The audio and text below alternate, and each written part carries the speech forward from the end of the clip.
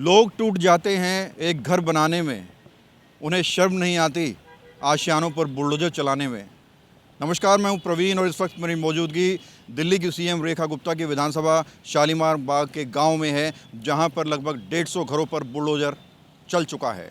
7 जून है और आज भी आप देखिए बुलडोजर गरज रहे हैं।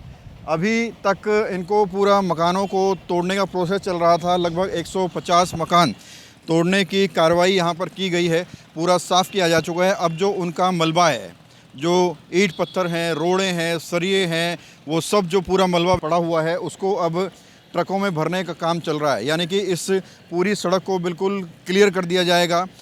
30 मीटर चौड़ी ये सड़क है, जिसके ऊपर सरकार का कहना था कि लंबे समय से, कई वर्षों से, कई दशकों से इंक्रोचमेंट था।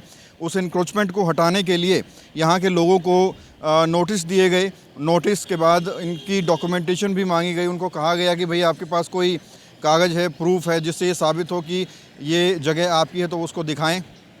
ये पूरी प्रक्रिया चलती रही। 6 महीने तक यहाँ के लोग अपने घरों को बचाने की लड़ाई लड़ते रहे, लेकिन बावजूद उसके वो सब कुछ काम नहीं आया। मामला अदालत तक पहुँचा और अदालत ने भी डेमोलिशन का आदेश दे दिया और उसके बाद 31 मई को डेमोलिशन शुरू हुई और आज 7 जून है। आज भी आप देखिए यहाँ पर इस जगह पर किस तरह से बुलडोजर गरज रहे हैं। बड़ी बात यह है कि जो लोग यहाँ पर रहते थे, उन लोगों को या तो कहीं और शिफ्ट कर दिया गया या फिर कुछ लोगों को डिटेन कर लिया गया।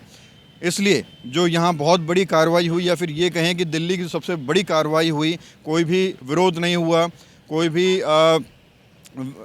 भी विरोध प्रदर्शन नहीं हुआ, लोगों का जमावड़ा नहीं हुआ और बड़ी ही शालीनता के साथ, प्यार से सरकार ने लगभग 150 घरों पर बुलडोजर चला दिए। कैमरामैन आपको दिखाया कि पूरा का पूरा आपको सामने तक जो नज़ारा नज़र आ रहा है, हर तरफ आपको सिर्फ़ और सिर्फ मलबा नज़र आएगा। ये वही जगह है जहाँ पर कभी मकान हुआ करते थे, दुकान हुआ करती थी, यहाँ पर बड़े बड़े होटल हुआ करते थे, उन सब को ज़मींदोज़ किया जा चुका है। इससे पहले आपको बता दें कि हमारी डीएम से भी बात हुई थी। डीएम ने कहा था कि ये इस रोड में 10.5 मीटर रोड हम लोग जो है तो पोजीशन ले रहे हैं।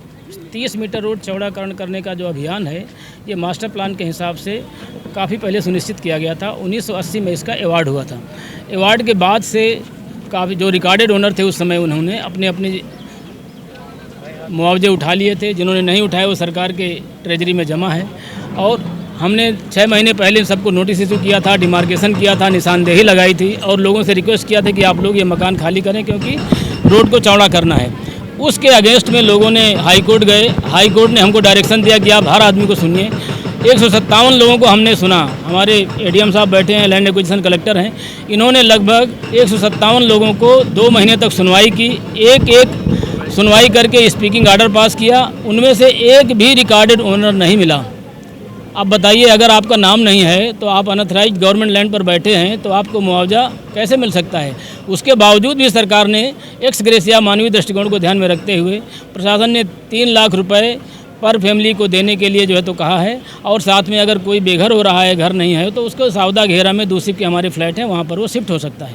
तो ऐसी व्यवस्था हम लोगों ने सुनिश्चित की है कि जिससे किसी के साथ ज़्यादती नहीं हो।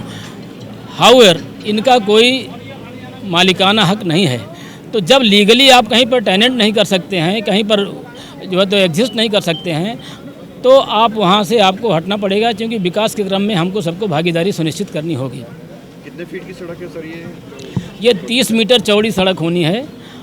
अभी यही एक स्टेज है जिसमें नहीं हुआ है। उसके उधर की तरफ पूरा 30 मीटर बन गया है, इधर भी चौड़ी है। लेकिन इसी एरिया में चूँकि बहुत ज़्यादा बारिश के सीज़न में जल भराव की समस्या होती है, फायर टेंडर नहीं निकल पाते हैं, एम्बुलेंसेज की समस्या होती है, बहुत तरह के एक्सीडेंट से एक्सीडेंट्स हुए हैं। ये ध्यान में ये देखा गया है कि इस एरिया में बहुत सारे एक्सीडेंट्स हुए हैं। अभी तो कुछ दिन पहले एक बच्चे की भी डेथ हो गई थी just because of this reason, क्योंकि लोग रोड में ही अपनी अपनी गाड़ियाँ खड़ी कर देते हैं और उसके बाद फिर निकलने की समस्या एकदम जीरो हो जाती है। क्योंकि ये ट्रैफिक धीरे धीरे करके GT Karnal road, ring road, इन सब से जो है तो ये हो रहा है। और जैसे जैसे डेवलपमेंट का क्रम बढ़ेगा ये रोड का चौड़ा होना बहुत ज़रूरी है। मास्टर प्लान में 1987 के ही उसमें ये प्लान हो गया था कि ये 30 मीटर चौड़ा होना है और 1980 में ही ये लैंड एक्वायर हो गई थी।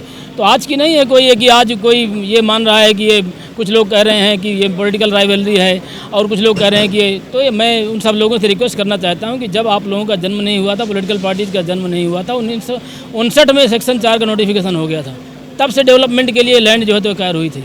तो अब ये एक दूसरे का दोषारोपण लगाना अच्छी बात नहीं है। विकास के क्रम में सबको आगे आना चाहिए और सब लोग आगे आएँ और इसमें अपनी अपनी आहुति दें। कितना मकानों को नोटिस किया होगा सर लगभग ये? 143 टोटल घर हैं। 157 लोगों ने हमको अप्रोच किया था और उन्होंने अपने अपने क्लेम्स एंड ऑब्जेक्शंस लगाए थे। उनकी सबके हमने हेयरिंग किया और सबको जो है तो किया। लगभग यहाँ पे जो जिनके पास रहने का ठिकाना नहीं है, घर नहीं है, उनके लिए कोई इसका दिल्ली है? हाँ, जिनके पास रहने के लिए कोई ठिकाना नहीं है उनके लिए 2 शिफ्ट के फ्लैट हमने यहाँ पर लाइसेंस बेसिस पे देने का सौदा घेरा में प्रावधान किया है और एक्स ग्रेसिया 3 लाख रुपए भी उनको मिलेगा। वैसे इन लोगों को 1980 में मुआवजा भी दिया जा चुका है, उसके बावजूद लोगों ने घरों को खाली नहीं किया, यहाँ पर इंक्रोचमेंट कर लिया और समय के साथ साथ ये अतिक्रमण इतना बढ़ता गया कि यहाँ पर जाम लगने लग गया, एम्बुलेंस फंसने लगी, पुलिस की गाड़ियाँ फंसने लगी, फायर की गाड़ियाँ फंसने लगी। लिहाजा ये प्रशासन इस पर सख्त हुआ, नोटिस दिए गए, नोटिस के बाद पूरा डॉक्यूमेंटेशन कराया गया।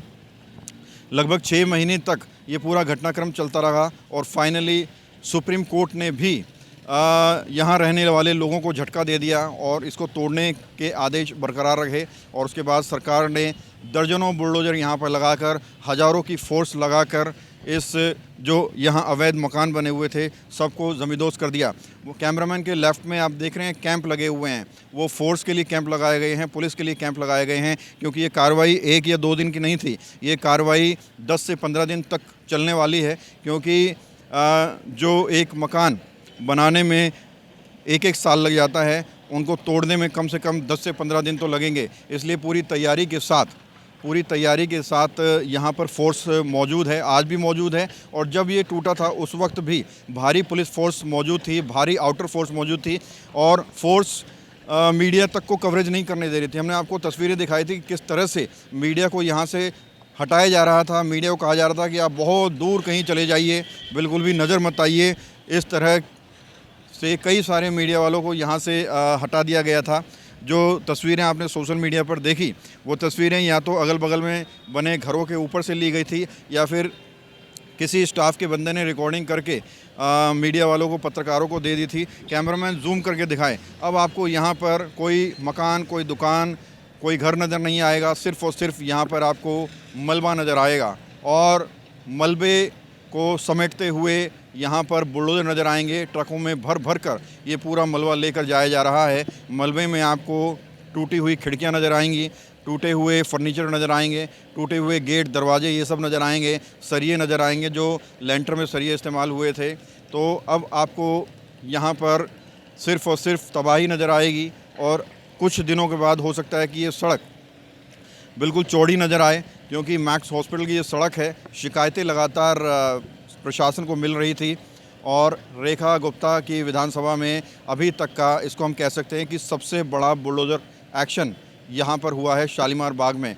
उस वक्त जब पहले हम लोग आए थे तो इतनी क्लियरली आपको तस्वीरें नहीं दिखा पाए थे, लेकिन अब आप देखिए 2-2 मंजिला मलबा यहाँ पर पड़ा हुआ है, उसको समेटने की कार्रवाई यहाँ पर लगातार की जा रही है। जो लोग यहाँ के थे उन्होंने एक घर बचाओ आंदोलन भी चलाया था, उसके लिए बाकायदा एक उन्होंने ऑफिस बना दिया था और हर रोज़ कुछ ना कुछ एक्टिविटी अपने घरों को बचाने के लिए वो लोग कर रहे थे। कभी कैंडल मार्च निकाल रहे थे, तो कभी बाहर चूल्हे पे बैठकर खाना बना रहे थे, कभी कुछ लगातार बयानबाजी आ रही थी। बहुत सारे मीडियाकर्मी पहुँचे, बहुत सारी रिपोर्ट्स बनाई गई, लेकिन सीधे शब्दों में कहें तो वो सब कुछ काम नहीं आया। फाइनली वो हो गया जिसको रोकने के लिए ये सब प्रयास किए जा रहे थे। अब सवाल यही है कि दिल्ली में और कहाँ बुलडोज़र एक्शन होगा, क्योंकि कहीं ना कहीं दिल्ली के लोगों में डर है। जो लोग अनऑथराइज कॉलोनी में रह रहे हैं या फिर जो लोग अटॉर्नी पर रह रहे हैं, उन लोगों के दिलों में कहीं ना कहीं डर है कि जब इस तरह के 150 मकान तोड़े जा सकते हैं तो वो किस खेत की मूली हैं। हो सकता है कि अगला नंबर उनका भी आ जाए, क्योंकि ये बीजेपी सरकार है, मोदी है तो मुमकिन है, कुछ भी हो सकता है। कैमरा जर्नलिस्ट अभय के साथ प्रवीण, इंडिया टाइम 24 न्यूज़। भगत चंद्रा हॉस्पिटल विश्व की सभी आधुनिक और बुनियादी सुविधाओं से परिपूर्ण एक world class multi speciality hospital, Mahavir enclave Palam डावडी रोड पर स्थित साउथ वेस्ट दिल्ली का एकमात्र मल्टी स्पेशलिटी हॉस्पिटल, जहां 24 घंटे आपकी सेवा में उपलब्ध हैं वेल क्वालिफाइड डॉक्टर्स और हेल्पिंग स्टाफ। डॉक्टर CM भगत द्वारा स्थापित भगत चंद्रा हॉस्पिटल आपकी सेहत का ख्याल रखना ही इसकी प्राथमिकता है, वो भी अफोर्डेबल रेट्स में। खबरों से खबरदार रहने के लिए चैनल को सब्सक्राइब करें और प्रेस करें बेल आइकन।